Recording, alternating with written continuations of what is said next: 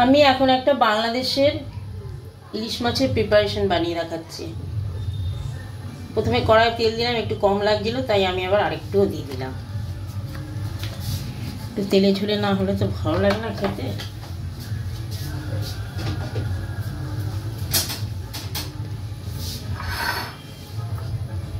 এই যে মাছগুলো আমি 4 পিস রান্না করছি। হাতটা একটু ধুয়ে নিই, এঁঠো তো।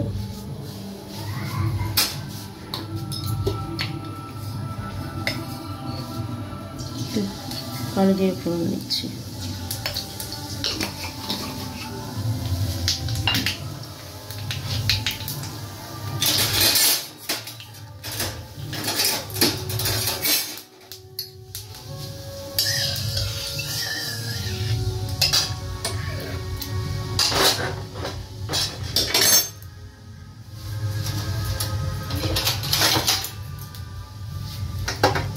গরম হয়ে গেছে, আমি তেলটাকে বন্ধ করে দিলাম। কেন কি তেলটা উড়ে যাবে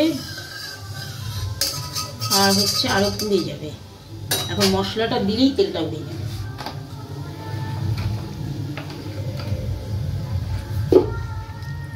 পাতলা করেই রাঁধবো।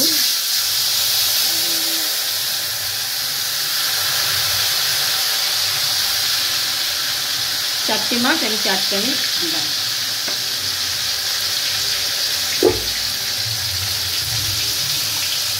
লঙ্কা দিয়ে যেরকম ঝাল খাবেন সেরকম বুঝে দেবেন। আমি 3 দিয়ে, ঠিক আছে 3 খাব।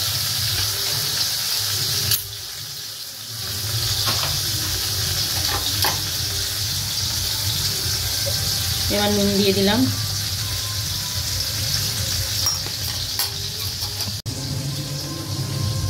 এবার পরিমাণ মতো হলুদ দিয়ে দিলাম।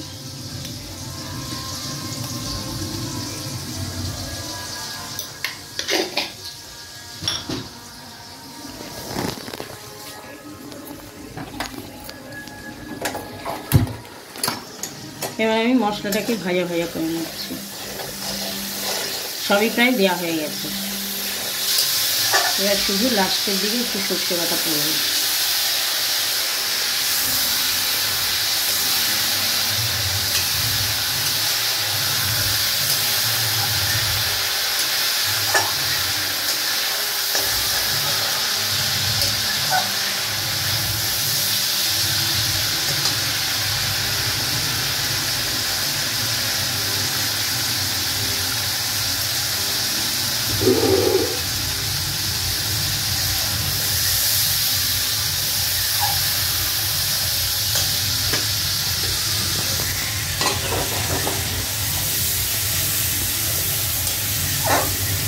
হয়ে গেছে। এবার আমি একটু সর্ষে বাটা দিয়ে দিচ্ছি।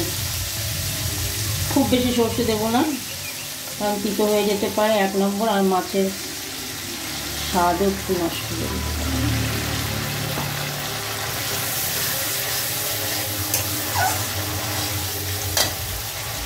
দেওয়া হয়ে গেছে। এবার আমি ইলিশ মাছগুলো দিয়ে দিচ্ছি।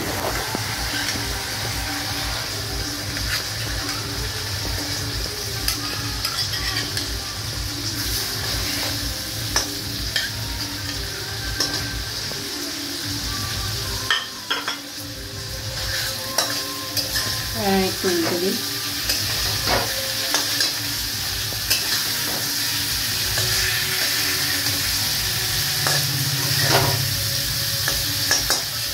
ফুল ফ্লেম দিয়ে দিয়েছি, কারণ মাছটা সেদ্ধ হওয়া দরকার। মাছের মধ্যে জার্মস থাকে, সেগুলোকে মেনে নেওয়া দরকার। যার জন্য ফুল ফ্লেম দিয়ে দেবেন। যখনই মাছ দেবেন ফুল ফ্লেম দিয়ে দেবেন। একটু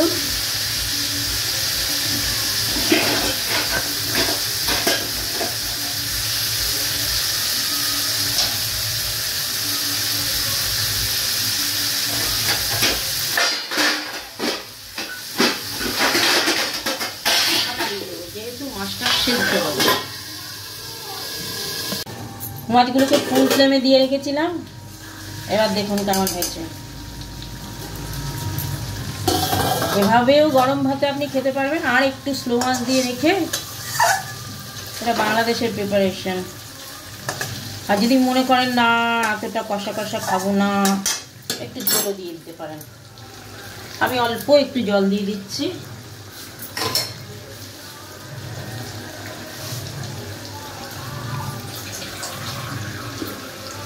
আচ্ছা, আমি কি কি মশলা দিয়েছি আমি আপনাদের আরেকবার বলে দিচ্ছি।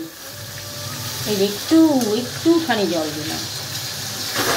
এবার কিন্তু মাছটা আর জোর আঁচে থাকবে না, এবার একদম স্লো আঁচে থাকবে।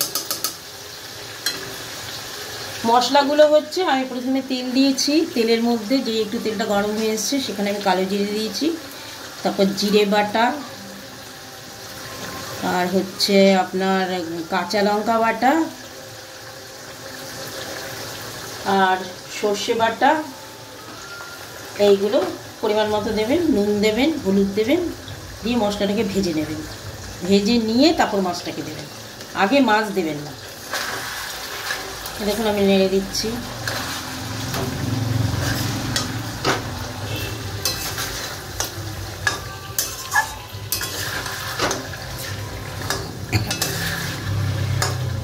এটাই মাখা মাখা হয়ে যাবে।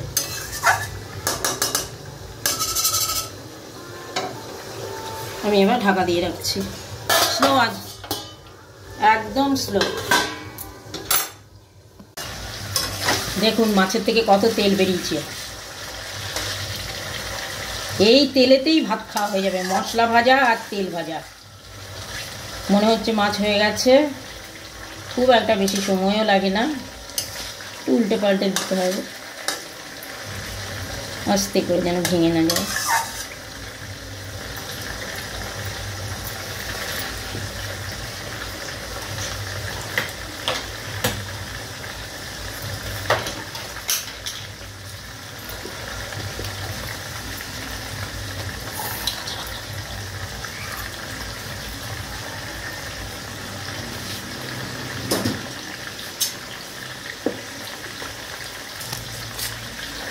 উপর থেকে দুটো কাঁচা লঙ্কা দিয়ে দিচ্ছি।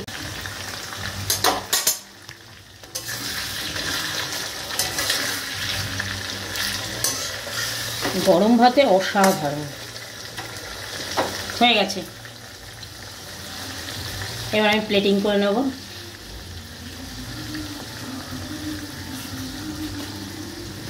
আমি সেই খোল ব্যবহার করছি, কারণ কি মানে মাছটা ভেঙে যেতে পারে। দেখুন আমি প্লেটিং করছি কেমনভাবে।